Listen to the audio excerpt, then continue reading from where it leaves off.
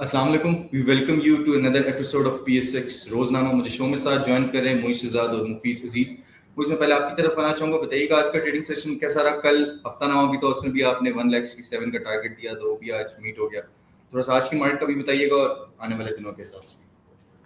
देखिए, मार्केट मैंने कल बताया था आपको कि मार्केट ऑयल के ऊपर चल रही है। ऑयल ऊपर जाता है तो मार्केट नीचे जाती है, और ऑयल नीचे जाता है तो मार्केट ऊपर जाती है। सुबह मार्केट पॉजिटिव थी। उसकी वजह ये थी कि मार्केट पहले जो ऑयल जो है वो $102 पे आ गया था फ्राइडे तक, और फ्राइडे के बाद जो कल रात की ओपनिंग हुई थी वो भी $99 के पास हुई थी, और सुबह $100 या $101 के पास ही ट्रेड कर रहा था। तो मार्केट ने ऊपर ही खुलना था। गैप अप ओपनिंग हुई मार्केट की, 1700 1800 पॉइंट मार्केट प्लस साइड पर खुली और 4000 पॉइंट का हाई लगाया, और फिर 3000 पॉइंट्स पॉजिटिव पर मार्केट ने अपने आप को सस्टेन किया। 167 पे हमने सेल भी कराया था, कल मैंने वीडियो में भी कहा था सेल करने का। तो मार्केट वाज ऑल गुड, सारी चीजें बेहतर की तरफ थी सुबह तक। सुबह जब मार्केट पॉजिटिव साइड पर थी, जो पाकिस्तान स्टॉक एक्सचेंज के अंदर जो सेक्टर है कमर्शियल बैंक का, वो पॉजिटिव था, जिसके अंदर यूबीएल सबसे टॉप पर था। और आज मीजान बैंक के पॉइंट निकले हुए थे। फर्टिलाइजर के अंदर अच्छी बाइंग थी, ऑयल सेक्टर अच्छा पॉजिटिव था, पावर सेक्टर पॉजिटिव था। लेकिन उसके बाद क्योंकि ऑयल बढ़ना शुरू हो गया, क्योंकि एक रूमर चला या एक न्यूज आई कि ईरान ने हमला कर दिया है यूएस बेस के ऊपर, जिस वजह से ऑयल के अंदर बाइंग प्रेशर आया और मार्केट के अंदर सेलिंग प्रेशर हमें देखने को मिला। और एंड टाइम पर मार्केट ने तकरीबन 500 पॉइंट 400 पॉइंट का लो लगा दिया, और मार्केट 950 पॉइंट पॉजिटिव साइड पर बंद हुई 1,64,000 के इंडेक्स के साथ। मार्केट की जैसे पोजीशन है, मार्केट एक हाई लगाती है, उसके बाद फिर लो की तरफ आ जाती है। जैसे कि 175 का हाई लगाया था, अब वो मार्केट का एक बड़ा रेजिस्टेंस एरिया बन गया है। अगर मार्केट उसके ऊपर जाती है तो फिर हम नए हाईज देख सकते हैं, लेकिन उससे पहले हम मार्केट के अंदर नए हाई नहीं देख सकते। अभी जो मार्केट है वो कंसोलिडेशन फेज के अंदर है, रैली नहीं चल रही है मार्केट। तो स्लो स्लो काम कर सकते हैं। जिस तरह कि आइटम चल रहा है, आइटम एक रेट पे जाता है फिर वापस उसी रेट पे नहीं आ पा रहा, वहां से नीचे ही ट्रेड कर रहा है। तो हर शेयर के अंदर, हर सेक्टर के अंदर, और हर जो हमारा इंडेक्स है KC 100 इंडेक्स, उसके अंदर भी रेजिस्टेंस एरियाज ऊपर बन चुके हैं। जब तक मार्केट के अंदर कोई पॉजिटिव न्यूज नहीं आती, और बहुत ही ज्यादा पॉजिटिव यानी कि अगर बजट कोई बहुत अच्छा आ जाए, या फिर जो है वो जंग खत्म होने की न्यूज आ जाए, तो फिर मार्केट नए हाई की तरफ जा सकती है। उससे पहले मार्केट एक बैंड के अंदर ही घूमेगी, जो कि तकरीबन 1,60,000 से लेकर 1,70,000 या 1,75,000 तक का बनता है। बिल्कुल ठीक है। मैं मार्केट के हवाले से दोबारा आपकी तरफ आऊंगा, फिर मैं आपकी तरफ आना चाहूंगा। थोड़ा सा जियो पोलिटिकली सिचुएशन अभी कहाँ पे स्टैंड कर रही है, क्योंकि ईरान का कहना है कि उसने यूएस के कुछ वॉरशिप्स हैं जिनको स्टेट ऑफ होर्मुज तक नहीं आने दिया, बट यूएस उनको डिनाई कर रहा है। और साथ में पाकिस्तान के पास भी कुछ LNG सप्लाईज है जो पहुंच चुकी हैं, जो कि पावर डिवीजन का कहना है कि 10 मई तक के लिए वो हैं, उसके बाद की नहीं है। बट दो मजीद वेसल्स हैं जो पाकिस्तान नहीं पहुंच पा रही, they are stopped at state of Hormuz. Geopolitically situation को कैसे एनालाइज करते हैं? जी, साथ देखिए सबसे पहले इम्पोर्टेंट चीज़ ये है कि जब हम कहते हैं ना स्टॉक मार्केट, जैसे अभी मुइज़ ने बात की ना कि ऑयल नीचे आएगा तो मार्केट ऊपर जाएगी। आप कुछ साल पहले अगर देखें जब हमारे इंटरेस्ट रेट ज़्यादा थे, तो हम ये बात करते थे कि आपके इंटरेस्ट रेट नीचे होंगे तो आपकी मार्केट ऊपर होगी। गोल्ड नीचे होगा तो आपकी मार्केट ऊपर होगी, ऑयल नीचे होगा तो आपकी मार्केट ऊपर होगी। इनमें से कोई भी एक चीज़ ऊपर जाती है, आपकी मार्केट नीचे आती है। इन्वर्सली प्रोपोर्शनल एक कोरिलेशन बिल्ड होता है। अब चूँकि ऑयल, अब जो सिचुएशन इतनी ज़्यादा प्रोमिनेंट पे नज़र आ रहा है, उसकी वजह वॉर है, यूएस ईरान कॉन्फ्लिक्ट है। जहाँ तक आपका सवाल है, डेफिनिटली कार्गोज़ आपके फँसे हुए हैं, अभी तक सिचुएशन कोई बहुत क्लियर नहीं है। आप अगर देखें, जैसे मुझे आपको बताया ना, जब ये खबर आई और खबर डिनाई हुई, उसके बाद रिकवरी आ गई। लेकिन जब ये खबर आई कि अटैक हुआ है, तो एकदम पैनिक आया, ऑयल मार्केट बढ़ी, ऑयल मार्केट बढ़ने की वजह से आपकी स्टॉक मार्केट में करेक्शन और एकदम प्रॉफिट टेकिंग आपने देख ली। जहाँ तक बात है कि अब क्या सिचुएशन है, उसकी क्लैरिटी अभी बिल्कुल, जैसे मार्केट साइडवेज हो जाती है ना, तो आपकी सिचुएशन भी साइडवेज है। एक बयान आता है अभी, कुछ खबरें आ रही है कि साउथ कोरियन का कुछ जहाज है जिसको स्ट्रेट ऑफ हॉर्मुज में उस पर अटैक हुआ है, मतलब उस पर अटैक नहीं हुआ बट अटैक में वो डैमेज हुआ है। गल्फ कॉर्पोरेशन, गल्फ जो काउंसिल है, गल्फ कॉर्पोरेशन काउंसिल, उनके चीफ ने भी जो है वो बयान दिया है कि हम जो ईरान का अटैक था ऑयल टैंकर्स पे, यूएई के ऑयल टैंकर्स पे, उसे कंडेम करते हैं। तो कुछ इस तरह के बयान आ रहे हैं, कुछ जगहों पे आपको आपको नजर आता है कुछ बयान फेक होते हैं, वो खबरें गलत खबरें होती हैं, कुछ खबरें ठीक होती हैं। तो ये मिक्स एंड मैच चल रहा है। तो मार्केट भी अभी अब ऑयल मार्केट भी एनालाइज करिए एंड स्टॉक मार्केट यानी जो कैपिटल मार्केट है वो भी आपने देखा था जब जब पहले ट्वीट्स आती थी या बैन, बहुत रैपिडली आपको ऑयल मार्केट पर रिएक्शन नजर आता था। अंटिल की कोई बहुत बड़ी खबर आए, तब तक ऑयल मार्केट भी अब 100 से ऊपर ट्रेड कर रही है, which is not good for Pakistan. But then again, अब वो फॉरेन नीचे नहीं आ रही, वो 100 तक अपने आप को सस्टेन कर रही है, जो कि अच्छी चीज नहीं है देन अगेन। लेकिन इंपॉर्टेंट क्या है कि कोई भी ट्वीट आती है तो वो उसी रेंज में, वो भी एक रेंज के अंदर ही ऑयल ट्रेड करने लग गया है, अंटिल की कोई बहुत बड़ी डेवलपमेंट है। और वो डेवलपमेंट हमें अभी एज ऑफ नाउ कोई बहुत प्रोमिनेंट एज पे नजर नहीं आती।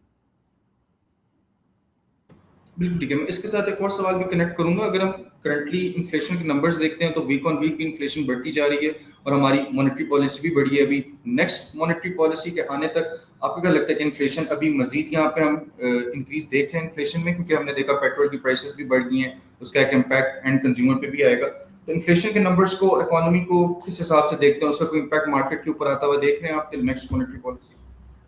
यस डेफिनेटली, देखें इन्फ्लेशन एक बहुत इंपॉर्टेंट बैरोमीटर है चेक करने का कि आपकी आपकी इकॉनमी, आपके बाकी पैरामीटर्स के सब परफॉर्म कर रहे हैं।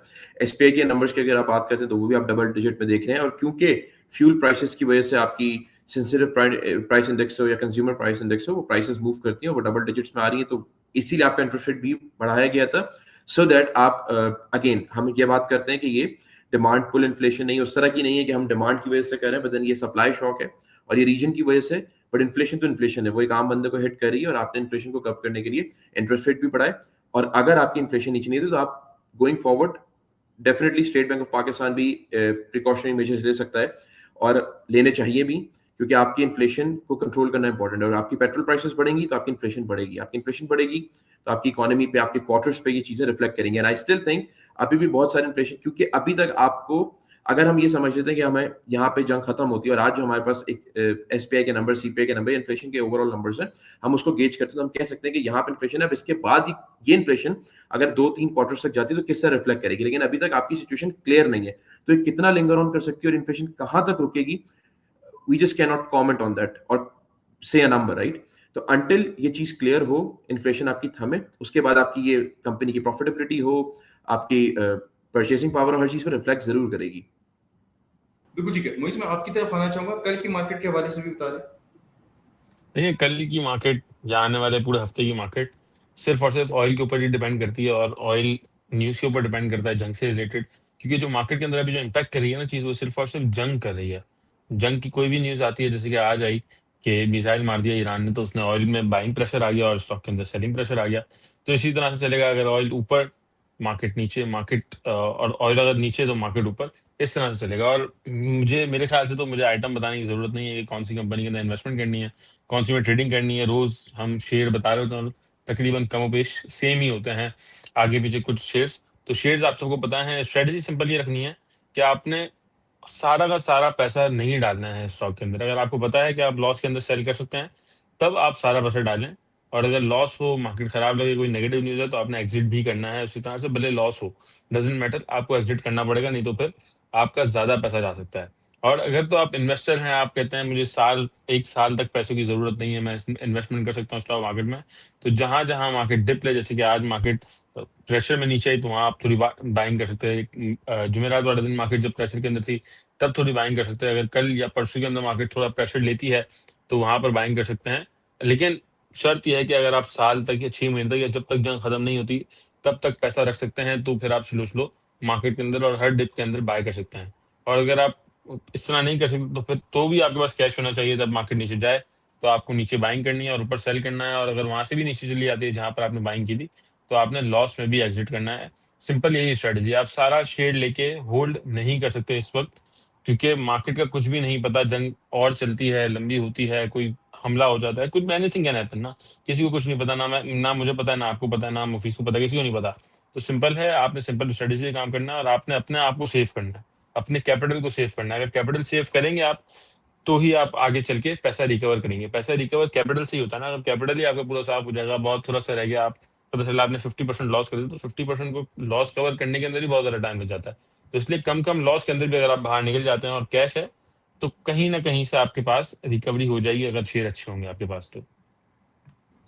बिल्कुल ठीक है। हम ऑडियंस के सवाल की तरफ चलते हैं। मुझे पहले मैं आपसे पूछना चाहूंगा, पीपीएल के बारे में बता दीजिए, ये अभी के रेट्स पे अट्रैक्टिव है बाय करने के लिए, स्विंग के लिए भी और इन्वेस्टमेंट के लिए भी, एज कम्पेयर टू ओजीडीसी? यार ओजीडीसी ज्यादा बेहतर है, क्योंकि ओजीडीसी को पेमेंट्स मिलना शुरू हो गई हैं, सर्कुलर डेट की भी, और ओजीडीसी का स्टेक जो है वो भी बहुत बड़ा है। तो ओजीडीसी आई वुड प्रेफर कि इन्वेस्ट करें अगर इन्वेस्टमेंट करनी है। और पीपीएल के अंदर अगर आपको स्विंग करनी है, 200 रुपए के पास आए, तो वहां आप बाय करेंगे तो आपको 7-8 रुपए 10 रुपए तक की स्विंग, यानी कि 5% 4% तक का रिटर्न आपको विद इन 2 और 3 डेज देखने को मिल जाएगा, अगर 200 रुपए पे आता है तो। और अगर इन्वेस्टमेंट करनी है तो फिर ओजीडीसी। बिल्कुल ठीक है। मुफीस, गैलेक्सो और हेलियन के बारे में पूछने के इन्वेस्टमेंट के हवाले से, दोनों में से हेलियन जैसे पैनाडोल भी बनाती है कंपनी, तो इन्वेस्टमेंट के लिए कौन सी ज्यादा बेहतर रहेगी दोनों में से? मैं गैलेक्सो चूज करूंगा, और Glaxo is a good company अगर आप इन्वेस्टमेंट के लिए रखते हैं। अगर आप अभी अभी भी रिजल्ट देखें गैलेक्सो का, और ओवर द इयर्स या आप उसकी एक प्रोग्रेस देखें, प्रोडक्ट लाइन देखें, मार्केट देखें, तब भी Glaxo would be the topic, would be my topic कि आप गैलेक्सो को रख सकते हैं फॉर इन्वेस्टमेंट। और आपको गैलेक्सो एक अच्छा स्विंग भी दे देगी। लेट्स से अगर आप स्विंग ट्रेड भी लेते हैं उसमें, तो आपको स्विंग ट्रेड भी उसमें मिल जाएगी। लेकिन अगर आप इन्वेस्टमेंट के लिए रखते हैं तो डिविडेंड भी एंड देन कैपिटल गेन भी इंटैक्ट एट गैलेक्सो के अंदर। बिल्कुल ठीक है। Thank you so much for joining the show. ये था आज का PS रोजनामा। उम्मीद है आपको पसंद आया होगा। कोई भी सवाल हो कमेंट्स में जरूर ड्रॉप कीजिएगा, हम अपने गेस्ट से जरूर पूछेंगे। इंशाल्लाह आपसे मुलाकात हुई कल नेक्स्ट एपिसोड में। तब तक के लिए मुझे और मेरी टीम को इजाजत दीजिए। अल्लाह हाफिज।